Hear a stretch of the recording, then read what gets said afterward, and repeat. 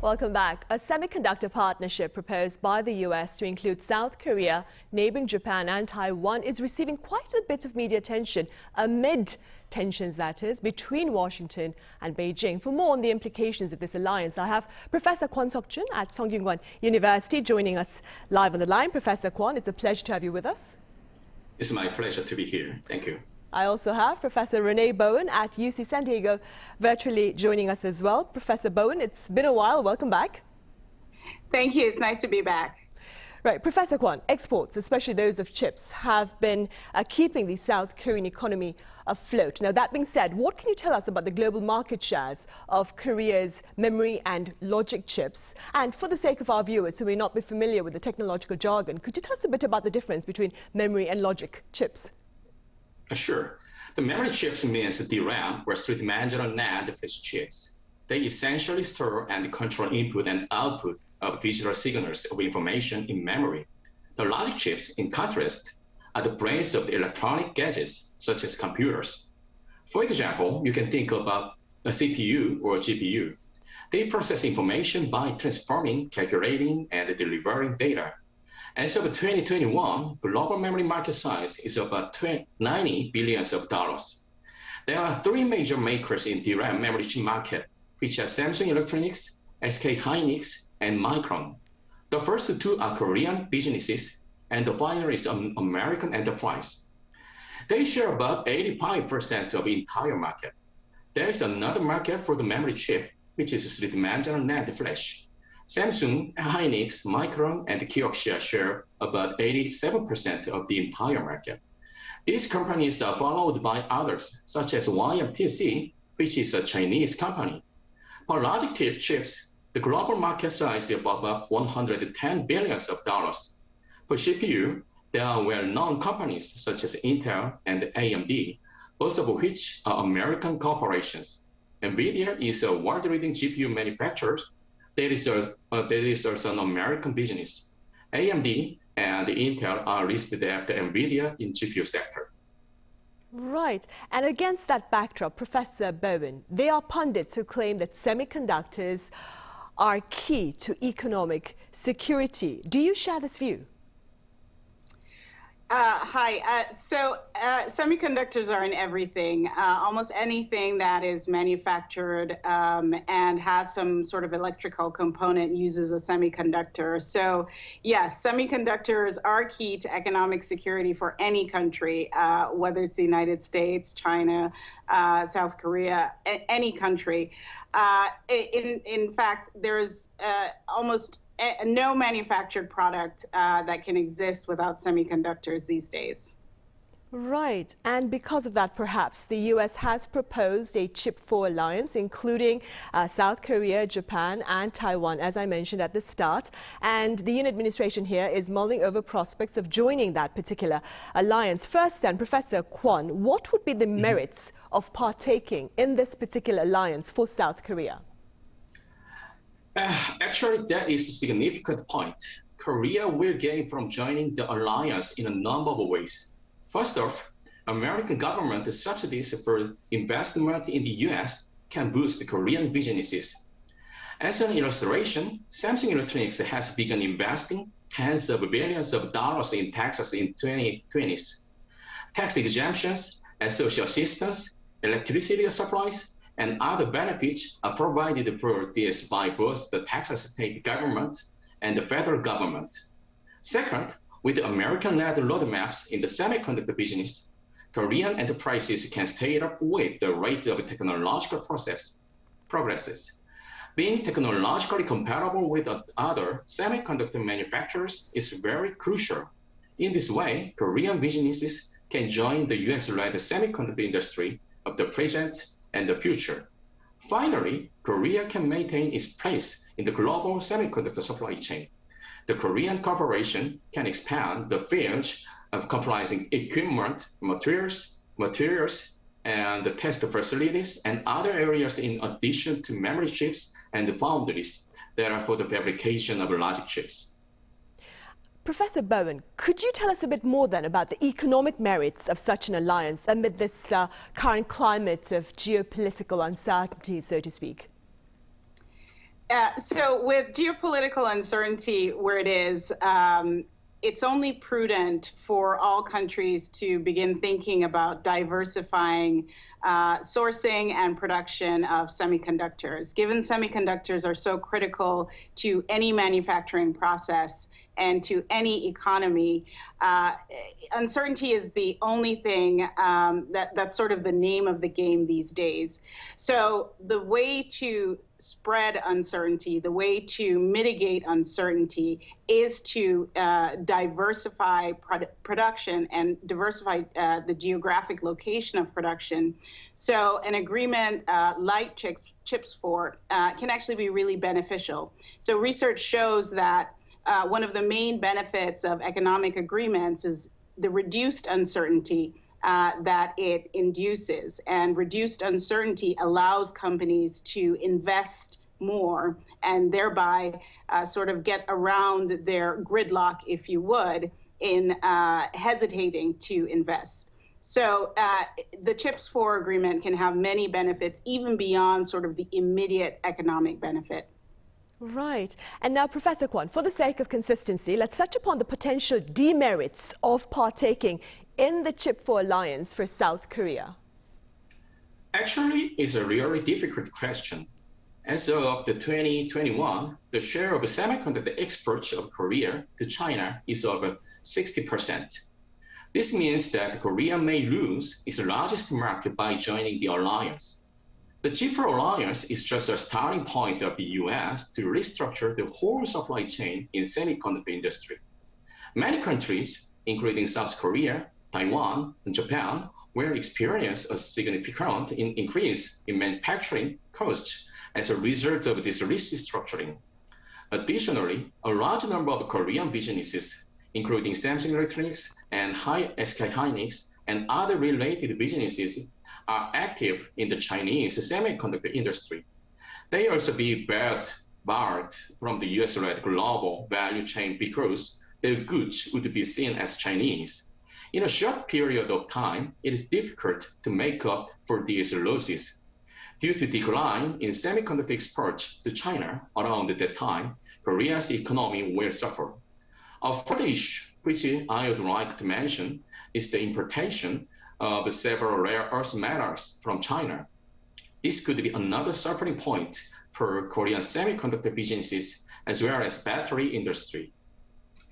Right then, Professor Bowen, keeping in mind the concerns raised by Professor KWON and as a scholar in the field of economics and speaking purely from that particular perspective, would it serve Korea well to join the alliance or perhaps to avoid it altogether? So I don't think anyone has a crystal ball and can really answer that question precisely, but I can give a few pros and cons.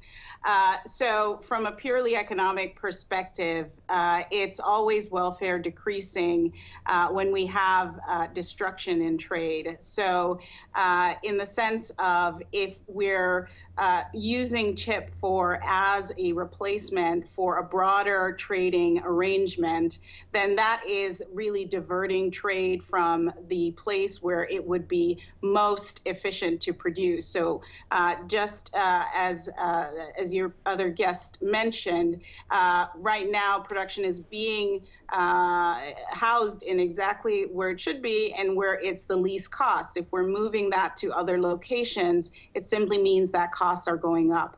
And costs will be going up not only for South Korean businesses and consumers, it's going up across the globe. That's welfare decreasing. But on the other side, as I mentioned before, there are these geopolitical uncertainties. And what the uncertainties imply is that businesses are really hesitant to invest. Businesses are not certain where supply will be coming from in the short run and in the long run. As a result, they're hesitating to expand productivity. They're hesitating to employ workers. This is going to be true in South Korea. This is going to be true in the United States and across the world. So the sort of counter argument is that by having more certainty around where chip manufacturing is going to take place, it does give businesses something to look forward to and say, okay, we can now use that information and plan where we want to source our inputs. And in doing that, if they're thinking about exporting to the United States, it gives them more certainty that they will be able to export to the United States. Right. Then again, Professor KWON, keeping in mind what Professor Bowen has just said, in the long run, what are the prospects of this particular alliance offsetting bottlenecks and advancing self-sufficiency? Because there are critics who claim that the alliance may work on paper, but it will be quite tough in practice. Right. According to many experts, the U.S. stance against the Chinese semiconductors would be harmful to the U.S. as well, making it difficult to maintain for extensive period of time. The outlook is also positive in that everyone loses if China is banned from the global value chain, which is a particularly likely situation. However, we need to understand the techno-economic competition between the US and China is not just a money game. Actually, in the long run, this is one of the plans which the US is developing to maintain its position as G1, I mean the top nation in the world. The G4 Alliance is a techno-economic multilateral council focused on the single industry, which is the semiconductor industry. Hence, it is not actually an alliance. The nature of a multilateral council carries slightly more political weight than that of the straightforward economic council, because Korea, Taiwan, and Japan are politically and economically intertwined nations with the US, sharing a common demographic system. So, the G4 alliance is unlikely to endure for very long if security and the economy are looked at independently. This is due to the wide range of industries in which technological rivalry serves as interests of each nation. Establishing the idea of the economic alliance is particularly challenging in the semiconductor business, where the technological advancement is quick and the so-called chicken game is frequently used. By reconstructing the global supply chain, the US and its allies will revise technical bottlenecks such as equipment and materials. For China, this restructuring will expedite its will to enhance its self-sufficiency in semiconductor industry. However, it is not easy for China to stand alone in the contemporary semiconductor industry because it is too complicated and takes so much cost and time. Right, and staying with China, Professor Bowen, Beijing insists that the Chip 4 alliance is part of Washington's efforts to perhaps deny China access to advanced technologies and equipment. What are your thoughts? Well, so I certainly can't speak for Washington and what Washington's intentions are, but it's clear that there is geopolitical rivalry happening between the U.S. and China. And as the United States is thinking about what is most expedient and what is probably in its national interest, it would be sort of my guess that they're considering how to move most of that semiconductor manufacturing out of China, and in particular, keep a lot of the high-end semiconductor manufacturing out of China. But the reality is that most of the high-end semiconductor manufacturing is still in Taiwan, not in China. So even if there is some sort of realignment with the Chip 4 alliance, any movement of semiconductor manufacturing from China to any of these other countries is not the highest and not the most technologically advanced semiconductor manufacturing. So in a sense, the question is a little bit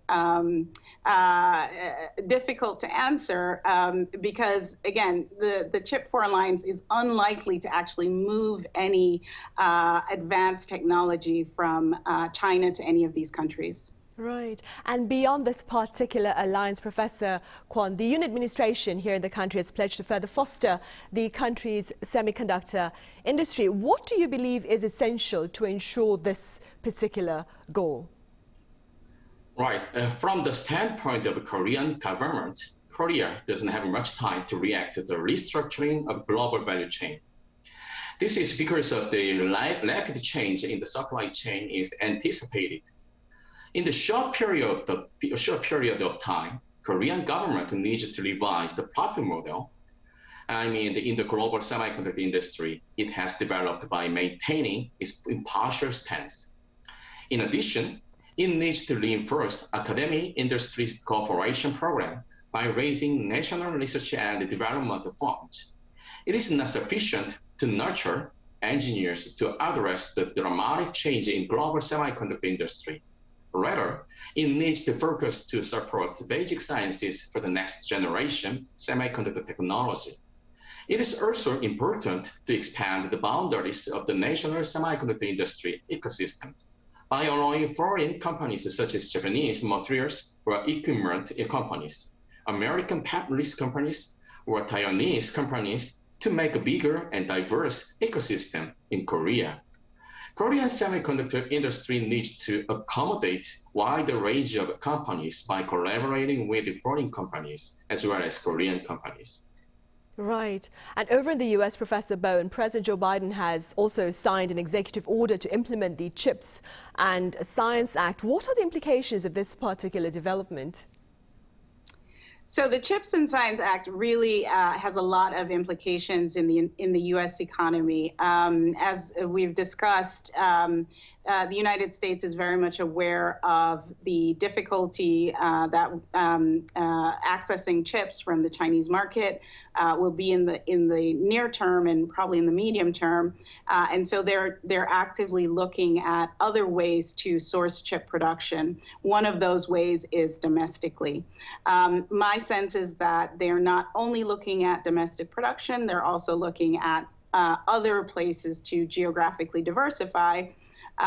But they want to ensure that they have some production at home. In a sense, the going phrase is not just in time, but a balance between just in time and just in case. So sort of the first order is looking to increase semiconductor manufacturing in the United States. But investment now is really not going to come online for another few years. So in the very near term, there's still a lot of reliance on semiconductor imports from different parts of the world. And the other issue is how advanced the technology will be that is produced in the United States. And at the moment, it does not seem that the United States will be producing the most advanced semiconductor technology for the time being. I do believe that will still be in Taiwan. But the United States does have an ambition to increase productivity and increase the technological advancement of the semiconductor industry. Right, I see. That's good to know then. All right, Professor Bowen, as always, thank you very much for your time and your thoughts. And Professor KWON, thank you very much for your insights. Thank you. Thank you for having me.